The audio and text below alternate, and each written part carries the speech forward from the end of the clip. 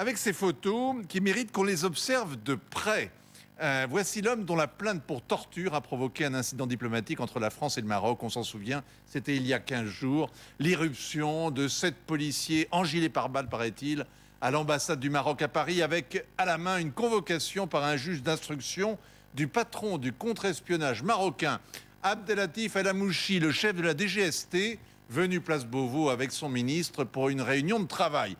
Les Marocains ont été indignés, il y a eu des manifs, François Hollande a appelé le roi, en vain. Les ministres en ont fait autant avec leurs homologues, en vain. Et le Maroc a finalement suspendu toute coopération judiciaire entre les deux pays. Alors voilà donc l'homme par qui le scandale est arrivé. Il s'appelle Adil Lamtalsi. Il a été condamné au Maroc à 10 ans de prison pour trafic de drogue, un trafic de cannabis, pas quelques barrettes quand même, 1,6 tonne.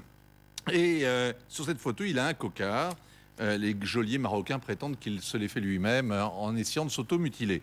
Évidemment, il y a un doute. Il y a 2 autres clichés qui sont beaucoup plus éloquents. Voici Ali Lamtalsi tel qu'il aurait été torturé. C'est impressionnant, mais si on regarde bien, on voit que les taches rouges, c'est pas du sang, évidemment, qu'il est suspendu à manche de balai, et que tout ça sans le montage, la mise en scène. Question, vous êtes ministre de la francophonie.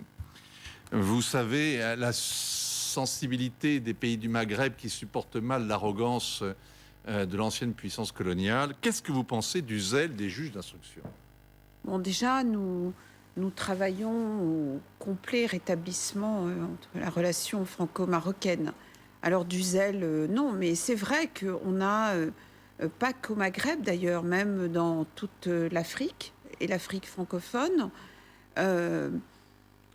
il y a des malentendus, il y a une action très précise, mais on se doit d'être à hauteur d'homme dans la relation et qu'effectivement on a affaire à un continent qui a en mémoire toute une histoire coloniale et que souvent c'est ce qui revient, donc tout ce qui est dans l'imaginaire collectif revient d'un coup.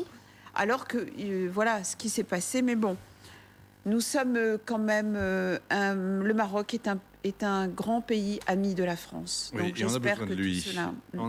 Bon, alors avant de parler de la semaine de la francophonie, un mot de vous.